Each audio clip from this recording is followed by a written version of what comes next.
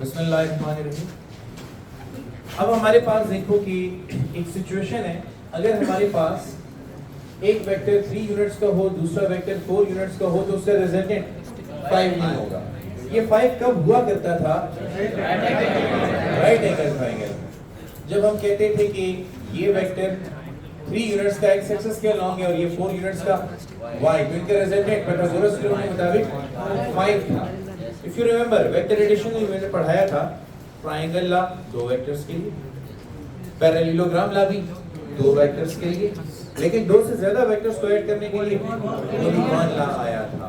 और mathematical form मैंने नहीं लिखी थी, ट्रायंगल ला में मैथमेटिकल फॉर्म बताई थी, पॉलीगॉन ला में मैथमेटिकल फॉर्म बताई थी, लेकिन पॉलीगॉन ला वेक्टर एडिशन के लिए मैंने मैथमेटिकल फॉर्म उस वक्त नहीं लिखी थी। मैंने कहा था ये ड्यू है।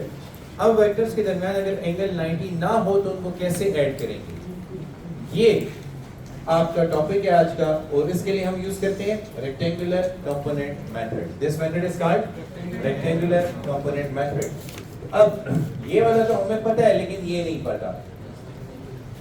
तो ऐसे वेक्टर्स जिनके दरमियान एंगल 90 नहीं है, उनका रिजल्टेंट फाइंड करने के लिए we'll use the rectangular component method.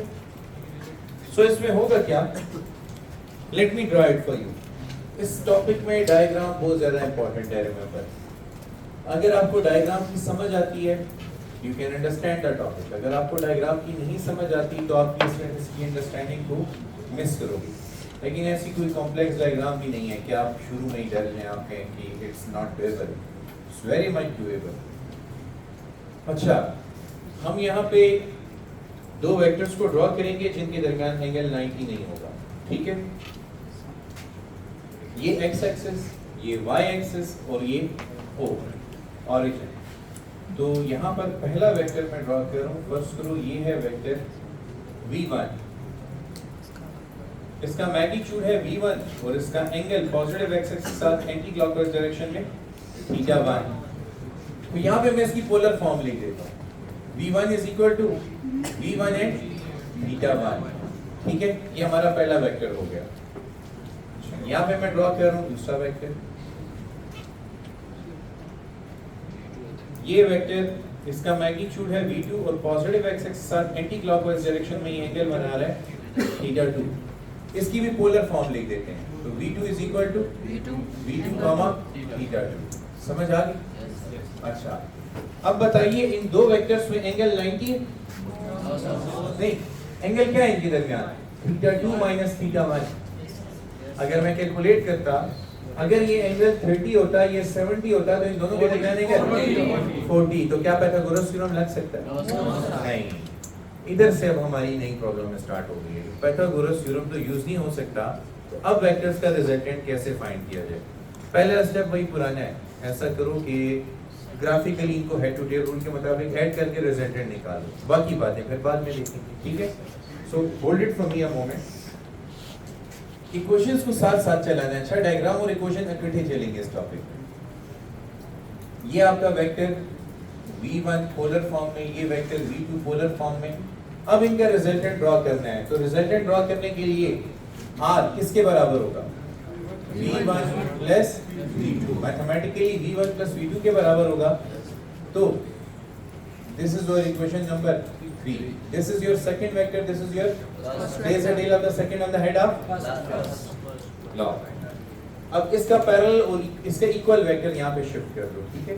उतने ही एंगल पर उतनी ही लेंथ का। ये फिर आप अगर स्केल के मुताबिक कर रहे होंगे तो you will not make any mistake है। तो कोशिश करें कि आप फिर स्केल के मुताबिक करें। ये आपके पास वेक्टर v2, ठीक है? According to which rule? Head to tail. Now the resultant runs from tail of the first to the last. तो यहाँ से रिजल्टेंट इधर तक ड्रॉ करना है हमें, ठीक है? ग्राफिकली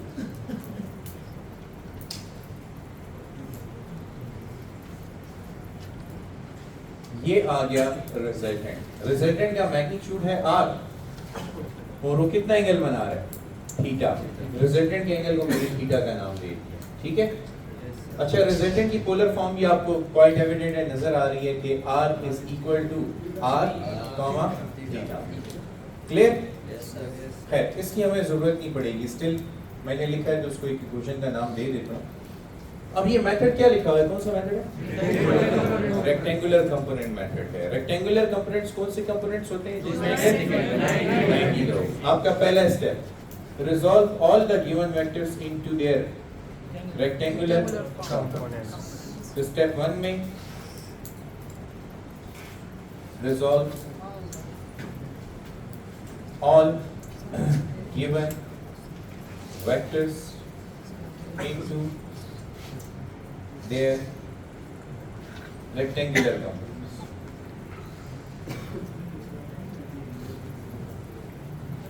अब पोलर फॉर्म पता हो तो रेक्टेंगुलर कंपोनेंट फॉर्म लिख सकते हो। तो बताओ इसकी रेक्टेंगुलर कंपोनेंट फॉर्म क्या होगी V1 की? V1 is equal to V1xi plus V1y, ठीक है। अच्छा इसी तरह बताओ V2 की rectangular component form V2xi plus V2y, Cartesian form में चले गए हो आप। और R की रेक्टेंगुलर कंपोनेंट फॉर्म या Cartesian form Rxi plus Ry। समझ आ गई? अच्छा अब इसको इक्वेशन नंबर 5, 6, 7 का नाम दे दो। अभी तक कुछ मुश्किल है? अच्छा आप देखें हमारा पिछला टॉपिक और ये वाला टॉपिक रेजोनेट कर रहे हैं। हमने जो सीखा था सिर्फ वो लिख रहे हैं। अगर एक वेक्टर की ये पोलर फॉर्म है तो पोलर फॉर्म को कार्टेशियन फॉर्म में लिख दिया कि नहीं? अच्छा और अब हमें पता है ये सारे वेक्टर्स इनके दरमियान एंगल कितना है? 90। ये रेक्टेंगुलर कंपोनेंट्स है इसकी। जो आपने यहाँ पे मैथमेटिकली किया आप उधर ग्राफिकली भी करो, ठीक है। तो ग्राफिकली करने के लिए ऐसा करते हैं कि V1 को उसके रेक्टेंगुलर कंपोनेंट्स में रिजॉल्व कर देते हैं लाइन। तो रेक्टेंगुलर कंपोनेंट में रिजॉल्व करना बहुत ही आसान। यहाँ इसके हेड से एक परपेंडिकुलर ड्रॉप करो। अब बताओ ये कौन सा कंपोनेंट होगा? V1y। और यहाँ से भी ज्वाइन कर दे। तो ये ब्लू कलर का ट्रायंगल ये कौन सा कंपोनेंट है? V1x, ठीक है। तो ये V1, ये V1y और ये V1x। तो ये V1 के रेक्टेंगुलर कंपोनेंट मिल गए। अच्छा अब ऐसा करते हैं कि V2 के पीछे चले जाते हैं। ये प्रोपोजल ऐसा करते हैं कि V2 के कलर को कोशिश करते हैं चेंज कर दें, जरा डिफरेंट कर दें, ब्लैक कर देते हैं इसे, ताकि इसका ट्रायंगल राइट एंगल ट्रायंगल भी हमें विजिबली नजर आए। तो यहां से एक परपेंडिकुलर ड्रॉप करें। अब बताइए ये V2 के x और y कंपोनेंट्स हैं और ये एंगल θ2 होगा। ये और ये एंगल θ2 सेम है। तो ये बन जाएगा V2x और ये V2y, ठीक है। और इस V2 को मैं इधर शो कर देता हूं। कोई डाउट नहीं? कौन रह गया? R के रेक्टेंगुलर कंपोनेंट्स अभी तक हमने नहीं ड्रॉ किए। तो अब R के हेड से यहाँ पे एक परपेंडिकुलर ड्रॉ करो। रिमेंबर R यहाँ पे मौजूद है। अच्छा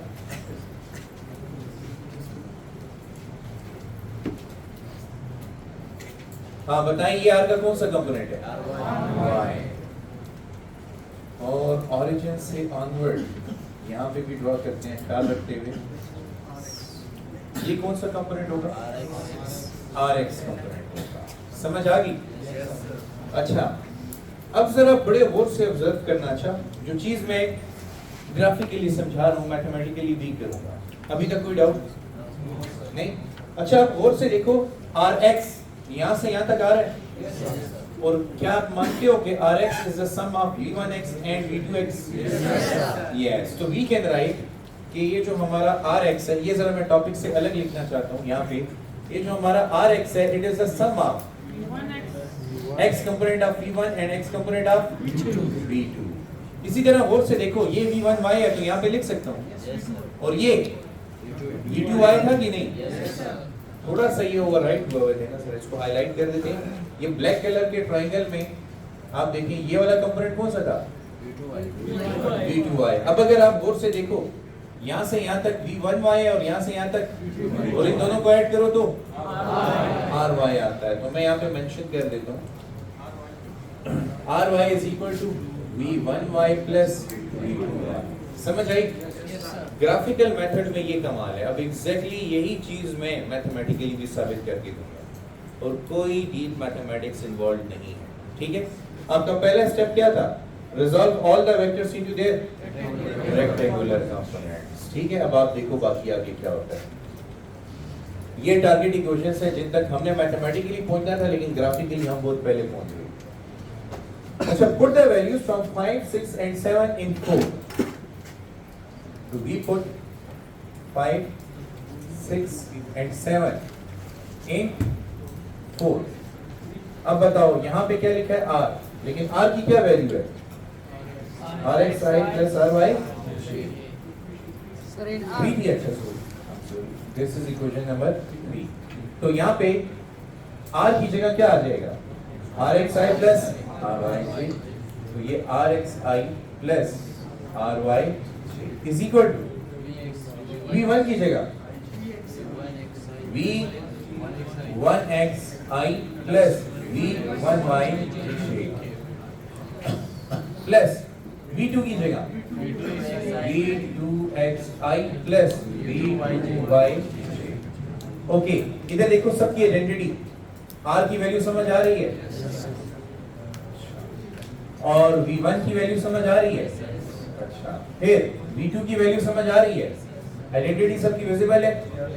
अच्छा, गौर से देखो कि V1X और V2X में क्या कॉमन है? I कॉमन है कि नहीं? अच्छा, इसी तरह देखो V1Y में और V2Y में क्या कॉमन है? पहले इनको इकट्ठा कर लो. तो हम यहाँ पे लिख देते हैं RXI प्लस RY. ठीक है,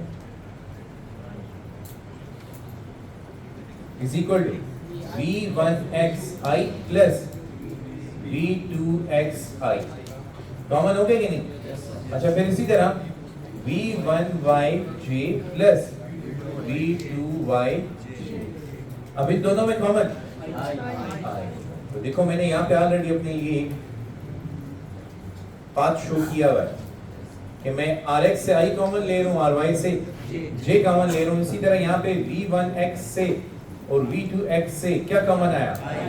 I. इसी तरह यहाँ पे V1Y प्लस V2Y से क्या कॉमन आया? J कॉमन आया है. Now compare the coefficients of I and J with both sides. इधर I का कोफिशिएंट और इधर RX. इधर J का कोफिशिएंट और इधर RY. तो इस यहाँ पे हम क्या करेंगे इस स्टेप में? Comparing the coefficients with both sides.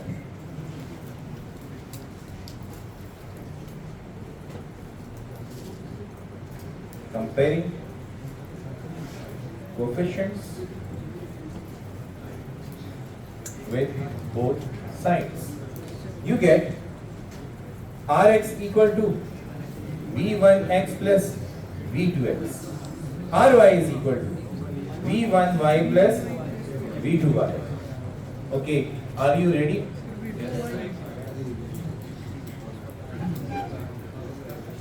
Are you ready? Yes, sir. Just look at it now. Rx और Ry में कितना एंगल है? 90. तो बताओ मैग्नीट्यूड के लिए क्या करोगे? और डायरेक्शन के लिए? तो इससे ये पता चला कि अगर 90 एंगल ना हुआ तो हम जबरदस्ती ऐसी हरकत करेंगे कि आखिर में दोबारा 90 का एंगल आ जाए. समझे कि नहीं? तो यहाँ पे आप देखो V1 और V2 में 90 एंगल नहीं था. तो रेक्टेंगुलर कंपोनेंट मेथड में हमने यही अंडरस्टैंड किया कि पहले सबको रेक्टेंगुलर कंपोनेंट में रिजॉल्व करो. कर लिया. उसके बाद ये थर्ड स्टेप है, सॉरी सेकंड स्टेप है कि तमाम वेक्टर्स के x कंपोनेंट को ऐड करके रिजल्टेंट का x कंपोनेंट फाइंड करो. फिर तमाम वेक्टर्स के y कंपोनेंट्स को ऐड करके रिजल्टेंट का y कंपोनेंट फाइंड करो. और फिर चौथा स्टेप मैग्नीट्यूड, पांचवा स्टेप डायरेक्शन. तो फिर क्या करते हैं हम यहाँ पे कर देते हैं जो for magnitude use Pythagoras theorem. तो इसका मतलब r किसके बराबर होगा? r is equal to square root rx square plus ry square root. rx और ry की वैल्यू पता है हमें? This is your rx, this is your ry. समझ आई? And for direction we use tangent theta.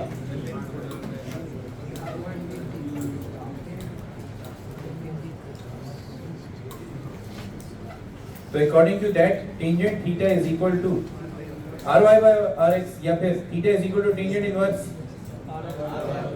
ry by rx। समझ आई? तो ये बन गया मैग्नीट्यूड और ये हो गई। Any doubts? अच्छा, अब इसको यूज करके, इस मेथड को यूज करके कुछ न्यूमेरिकल प्रॉब्लम्स की भी प्रैक्टिस करेंगे, क्योंकि इस चैप्टर के जो दो किस्म की न्यूमेरिकल प्रॉब्लम है, एक इक्विलिब्रियम पे है जिससे स्टूडेंट बहुत डरते हैं, और दूसरे इसके ऊपर है। ये इंतहाई आसान है। बताओ टॉपिक मुश्किल था? रिवाइज कर दूं? रिवीजन काफी आसान है। देखो कौन सी फॉर्म्स गिवन थी? पोलर। ये तीनों कौन सी फॉर्म है? पोलर। और इन दो वेक्टर्स के दरमियान एंगल 90 था, इसलिए कौन सा थ्योरम नहीं यूज हो सका? तो फिर हमने पहले इनको ग्राफिकली ऐड किया, कौन से रूल के मुताबिक? ये ग्राफिकल एडिशन की मैथमेटिकल फॉर्म लिखी है। ये आपका V1, ये आपका V2। V1 और V2 में डायग्राम से भी नजर आ रहा है कि 90 एंगल। तो फिर हमने V2 की टेल को V1 के हेड पे रख के रिजल्टेंट R फाइंड किया। उसके बाद पहला स्टेप ये था कि तमाम वेक्टर्स को कौन से कंपोनेंट्स में रिजॉल्व करूं? रेक्टेंगुलर। इसका मतलब पोलर फॉर्म से किस फॉर्म में चले जाओ? Cartesian. Polar to Cartesian and polar to Cartesian. आगे अब आपने यहाँ पे जो रिजल्टेंट की इक्वेशन निकाली थी 5 6 7 से उसमें वैल्यू पुट कर दो। अब ये वैल्यूज पुट करते ही 5 6 7 इन 3 आपके पास ये इक्वेशन बनी। उसके बाद तो सिंपल था, i वाले कोएफिशिएंट्स एक जगह पे, j वाले एक जगह पे, इनमें i कॉमन, इनमें j common, comparing the coefficients, resultant का x कंपोनेंट, इंडिविजुअल वेक्टर्स के x कंपोनेंट को ऐड करके मिला, जो मैं ग्राफिकली पहले ही दिखा चुका था। अच्छा, रिजल्टेंट का y कैसे मिला? इंडिविजुअल वेक्टर्स के y कंपोनेंट्स को ऐड करके, वो भी मैं यहाँ पे ग्राफिकली पहले ही दिखा चुका था। फिर क्योंकि अब ry और rx के दरमियान क्लियरली नजर आ रहा है कितना एंगल है? 90। तो फिर मैग्नीट्यूड के लिए क्या करोगे? डायरेक्शन के लिए। समझ आ गई? अच्छा, ये लेक्चर यहीं तक स्टॉप हो जाएगा। अब अगले लेक्चर में हम देखते हैं कि हमने क्या करना है। ठीक है?